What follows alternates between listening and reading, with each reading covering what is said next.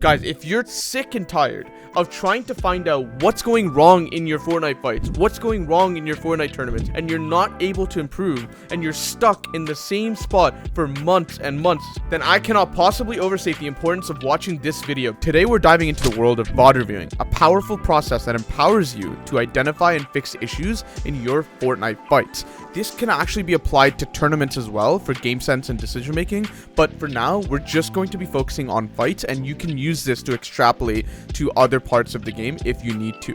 Pay close attention, because what I'm going to tell you in this video is going to change the way you approach improvement. It's not going to be 8 hours of volume practice over and over and over, banging your head into the wall and seeing very minimal progress. You're going to be very conscious about things that you do, because your VOD reviewing will tell you what you need to do.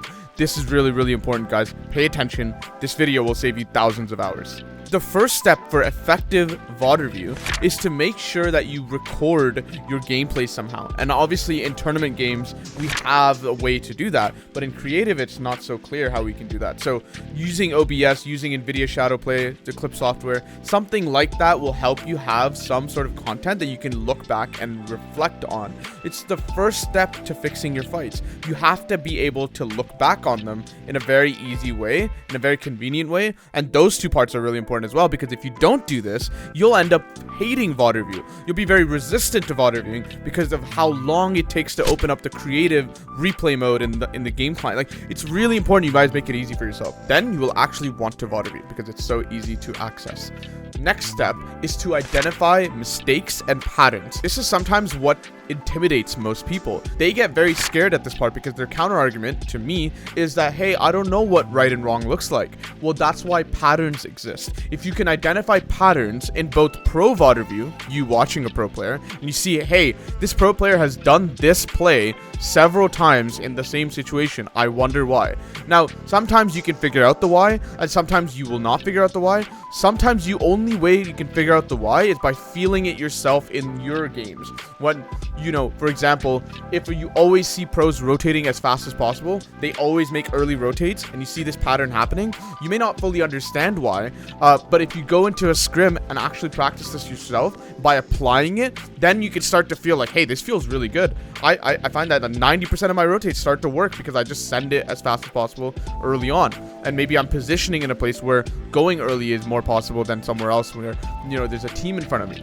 Things like this, guys. You have to identify patterns in both your own replays and the pro replays so you can compare and contrast and see where you lack and the things that they're doing that you are not currently doing.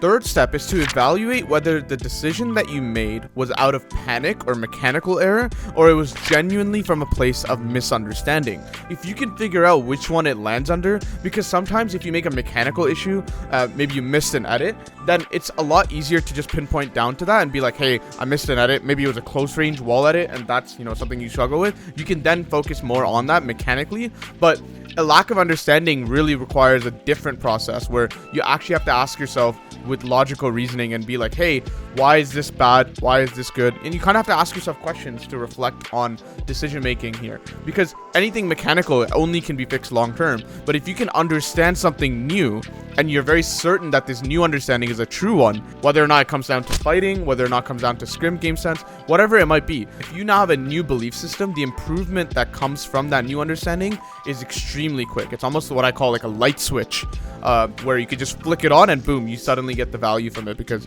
this new understanding changes your perspective on the game. And again, this can happen with fighting or scrims, and it's really important to look for that. And so whenever something is mechanically bad, no problem, just fix it with your routine, maybe add more volume to that side of the routine. And whenever it's a misunderstanding, analyze moments where you could have disengaged, taken high ground for free, or chosen a completely different weapon for this edit. Understanding the why behind your decisions is extremely crucial for fast improvement. Mechanical takes a long time, but the fast improvement comes from change in understanding. Now, the next idea is about the fact that when people VOD review or try to improve, they try to fix everything.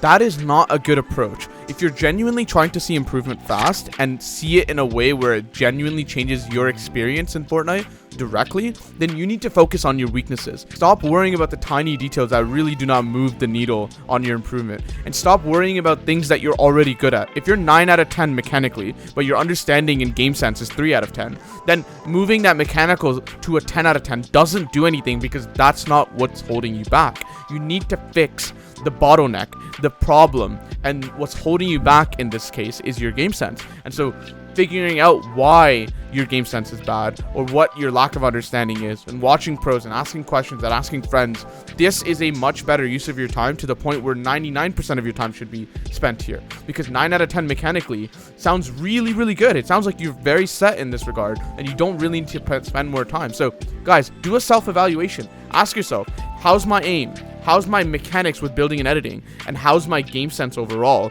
And rate these things out of 10 so you can figure out where you lack. And then this simple 2-second reflection can give you a lot of return on what you should spend your time on. The last thing about VOD reviewing that is extremely important is to set certain goals for any practice session. It really just comes from this, guys. So let's say you're trying to fix your fighting, right? And so you notice certain mistakes that you make, and they happen frequently, because then, you know, it's a pattern, and you see that it's happening frequently to the point where it would be pretty useful for you to fix this, because it would impact your fighting ability quite a lot. Once you have this list of mistakes that you individually are making time and time again, then it's really important that you focus on one thing at a time, or maybe max 2 things at a time if the first one is pretty niche and you can't really solve it unless the situation arises, right?